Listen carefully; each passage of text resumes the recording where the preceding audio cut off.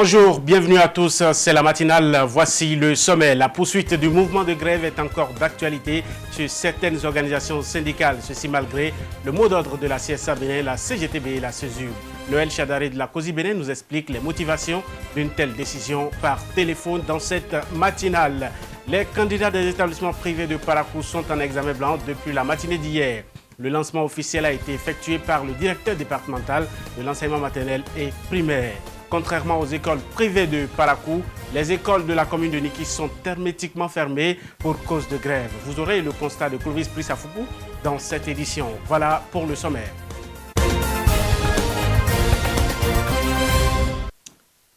Bienvenue à tous. 3 organisations syndicales, à savoir la Confédération des syndicats autonomes du Bénin, CSA Bénin, la Confédération générale des travailleurs du Bénin, CGTB, et la CESUB, entendez la Centrale des syndicats unis du Bénin, CESUB, ont levé leur motion de grève hier. Contrairement à elle, d'autres ont, à travers une déclaration, informé de la poursuite du mouvement. Au rang de ces dernières, la COSI Bénin, par téléphone, notre rédaction a voulu s'enquérir des raisons qui motivent la poursuite des mouvements avec Noël Chadaré. Suivez. Vous savez, au départ, nous étions 7 centrales, et il y a 6 qui ont une motion commune, c'est-à-dire la COSI, la CGTB, l'UNSP, l'EPIB, et la CSUB, et la CSA. Alors, chemin faisant, la CSPIB a fait une déclaration de sortie, il en restait 5 dans les 6 qui ont signé, et vous constatez aujourd'hui que nous avons 3 centrales, confédération, la CSA, la CSA et la CSUB qui ont levé la motion de grève, et il en reste 2, à savoir l'UNSPB et la COSI Bénin. Et nous n'avons pas signé pour cette motion de suspension, tout simplement parce que nous avons estimé que, à l'heure où nous parlons, là, jusqu'à maintenant, eh bien, les travailleurs n'ont pas gagné, n'ont rien gagné pratiquement. On n'a pas besoin faire plusieurs mois de grève et nous retrouver et reprendre le chemin des classes, le chemin des services, le chemin des centres de santé, sans, n'est-ce pas, qu'il y ait une concession véritable qui est faite par le pouvoir. Donc, ce serait un peu un gâchis. Et donc, nous estimons que la grève doit se poursuivre. Et nous respectons la volonté, la décision prise par les aides centrales parce qu'il y a au nom de l'autonomie organisationnelle, et elles ont la liberté de continuer ou de ne pas continuer. Nous prenons acte de ce qu'elles ont décidé de déporter les armes, et n'est-ce pas pour les raisons que eux seuls connaissent, mais nous estimons que les raisons suffisantes pour aller vers un dégel, une sortie, ne sont pas encore réunies, et la COSI demande à tous ces militants, la COSI, nous venons d'ailleurs de prendre une déclaration commune, déclaration des confédérations syndicales en lutte pour la poursuite de la grève. Il s'agit des confédérations de la CSTB, la COSI Bénin, l'UNSCB, une déclaration commune signée par les 3 secrétaires généraux, Naïs Katamambo, Noël Chadaré et Emmanuel Zounon, pour dire que au moment où nous sommes, à l'heure où nous sommes, eh bien, les travailleurs n'ont pas gagné, n'ont rien gagné, et donc il faut continuer le mouvement de grève. Et pour que le gouvernement pose des actes d'apaisement. Nous ne sommes pas pour une année blanche, nous sommes contre une année blanche. Nous ne voudrons pas parce que nous avons aussi les enfants qui sont à l'école, nos parents et tout, mais en même temps, il faut que le gouvernement, n'est-ce pas, rétrocède les démarcations, ou prenne l'engagement de rétrocéder les démarcations, et puis ouvre les négociations avec les syndicats, les centrales syndicales pour la question des enseignants, des statuts partiels des enseignants, pour voir les engagements qu'ils peuvent prendre pour qu'on aille vers le business et qu'on ouvre les classes. Nous sommes pressés aussi d'aller en classe. Et voilà, parallèlement à la levée de la motion ou à la non-levée de cette motion, les candidats des établissements privés de Parakou composent depuis hier les épreuves écrites des examens blancs, session d'avril 2018. Le lancement officiel a été fait par le directeur départemental de l'enseignement maternel et primaire. Jocelyne Hessou et Félix Lamandou-Selo y étaient. Suivez. C'est bien l'examen blanc qui est l'antichambre de l'examen vrai. Et au nom du ministre des Enseignements secondaires, techniques et de la formation professionnelle, je voudrais vous remercier et pour tout ce que j'ai vu comme dispositif organisationnel. C'est une tradition, certes, mais une tradition dans la continuité. Ainsi démarrent les examens blancs session d'avril 2018 dans les établissements privés de Parakou. Malgré la grève dans le secteur de l'enseignement public au Bénin, ces responsables d'établissements privés n'ont pas baissé les bras. Ils ont organisé un examen blanc pour jauger le niveau de leurs candidats au BEPC, BAC et au CAP 2018. C'est le collège Les Hibiscus qui a abrité le lancement officiel des épreuves. L'examen blanc, c'est une activité régulière. Depuis cette année, c'est inscrit dans les activités de toutes les directions départementales. Ça veut dire que le gouvernement attache un prix au rendement des évaluations externes. Le succès, c'est 1% d'inspiration, 99% de transpiration. Avant tout, le directeur départemental a rappelé les principes de surveillance. Chers collègues, vous avez enseigné tout au long de l'année. Vous avez atteint un niveau satisfaisant dans l'exécution des programmes. Nous sommes dans la trilogie enseignement, apprentissage, évaluation. Voilà une nouvelle étape dans le cheminement qui conduit nos élèves vers le succès à 100%. Vous avez le devoir d'appliquer tous les critères qui régissent l'organisation d'un examen, qu'il soit blanc ou vrai. C'est la surveillance. Il n'y aura plus autre activité à mener en dehors de la surveillance. Il n'y a pas de lecture parallèle à faire, pas de distraction, pas de familiarité avec les candidats. Placez-vous dans les conditions d'examen. À l'endroit de ces candidats, nous leur demandons, surtout vu le climat social dans lequel ils évoluent présentement, de ne pas considérer cette activité comme étant une routine ou bien un amusement, un passe-temps. Non, ils n'ont qu'à y mettre tout le sérieux qu'il faut pour se préparer convenablement à l'examen national qui, on l'espère, se déroulera comme il se doit. Les apprenants doivent respecter la tranche horaire réservée au déroulement des épreuves, respecter les consignes, respecter les surveillants, se concentrer sur leurs copies, éviter la tricherie et surtout lire attentivement les épreuves qui leur sont proposées. Donc il n'y a pas de panique. Celui qui apprend quotidiennement réussira à 100%. Notons que les candidats composent d'environ 6 centres répartis dans la ville de Parakou. Contrairement à ces établissements, le mouvement de grève qui sévit depuis dans le monde scolaire est bien suivi dans la commune de Niki. Un tout dans cette ville et le constat saute à l'œil. Les écoles sont désertes et fermées. Clovis Prissafoukou et Maké Kapo ont fait le tout et voici leur constat. Des complexes scolaires vides avec des salles de classe hermétiquement fermées. C'est le triste visage que présente l'école béninoise dans la commune de Niki, une résultante de la crise qui secoue depuis quelques mois déjà le secteur de l'éducation. Est-ce que j'ai besoin de vous parler encore? Vous avez vu les écoles, toutes les écoles sont fermées. Nous, on est parti pour ne plus revenir en arrière. Ou bien notre statut particulier, rien. Ou bien ça passe, ou bien ça casse. L'année prochaine, là, on ne veut plus parler de grève. Maintenant, cette année, il faut qu'on en finisse. Le gouvernement n'a qu'à s'appliquer à restituer ce qu'il nous faut. La rétrocession. Après ça, les responsables des centrales iront les rencontrer et ils vont négocier. Nous connaissons la liste que nous avons dans nos revendications par rapport au statut. Et l'indexation de salaire, elle est primordiale pour nous.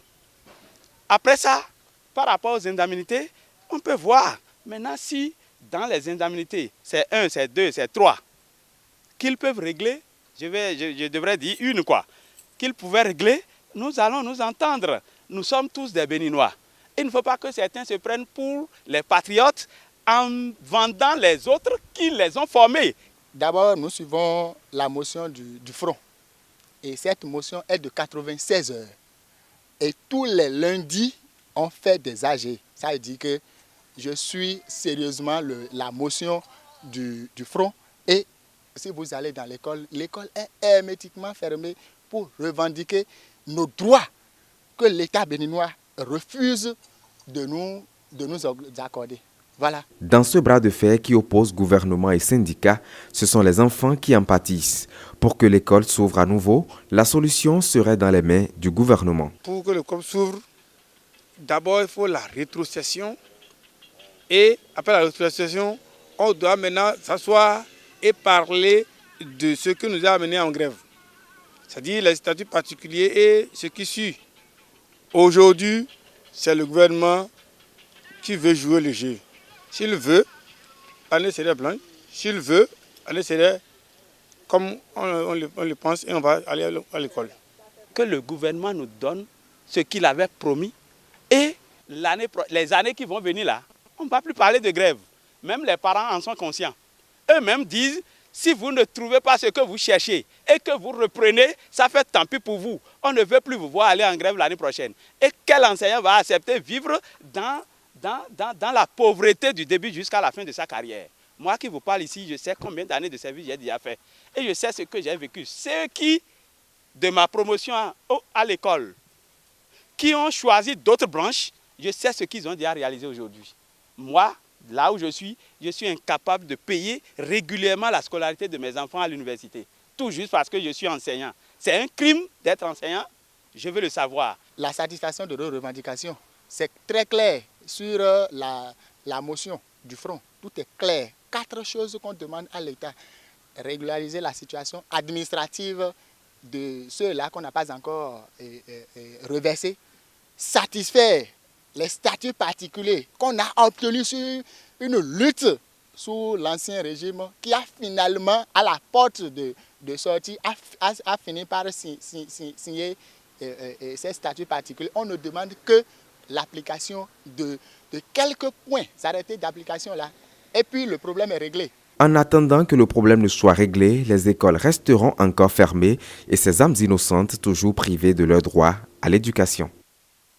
Obligé donc de poursuivre cette édition par ici pour des raisons indépendantes de notre volonté. On espère pouvoir retrouver nos collègues de Cotonou à partir de 13h. Parlons maintenant de l'ouverture hier, le 9 avril 2018, de la première session ordinaire de l'Assemblée nationale.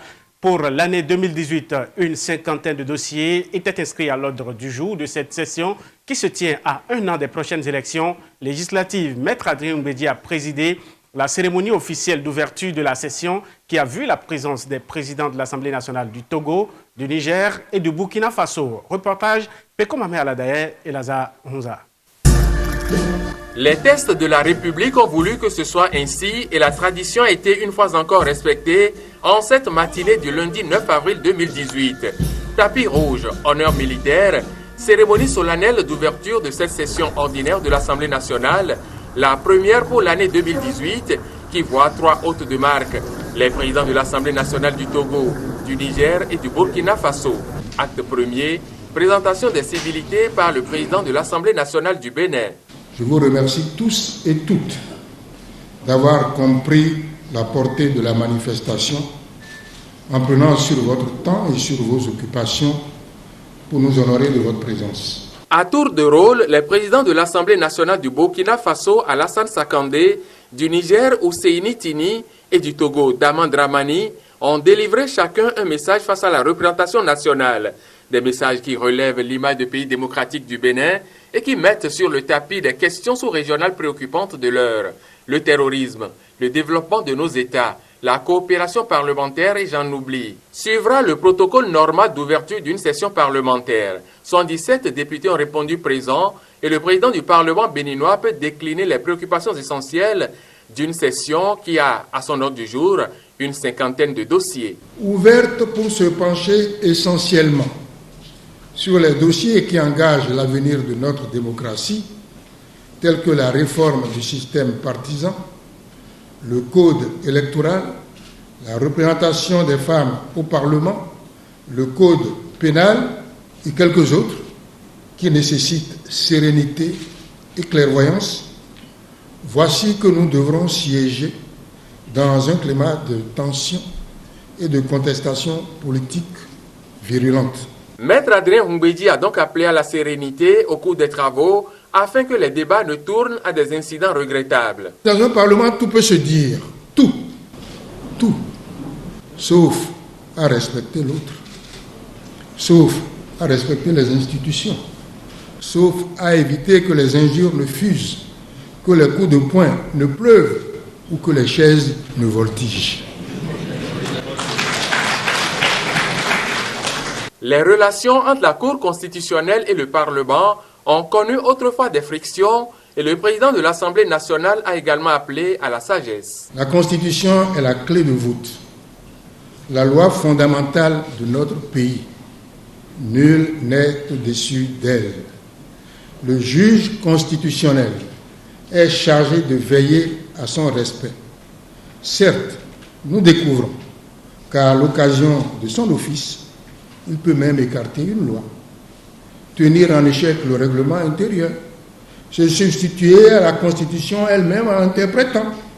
Ces décisions sont sans recours car le juge constitutionnel est infaillible dans son interprétation. Nous ne le savions pas et il n'est pas sans intérêt pour aujourd'hui et pour demain que le juge nous le rappelle.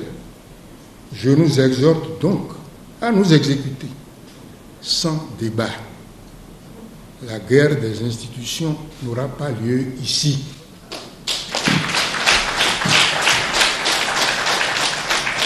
Plusieurs autres sujets ont meublé le discours du président Mbeki. Les grèves perlées, les crimes rituels, la reprise des activités parlementaires, de contrôle de l'action gouvernementale. En souhaitant plein succès à nos travaux, je déclare ouverte la première session ordinaire de l'année 2018. Suspension de la séance, salutation d'usage et annonce de la reprise des travaux pour le mardi 10 avril 2018 avec l'examen du rapport d'activité du président de l'Assemblée nationale.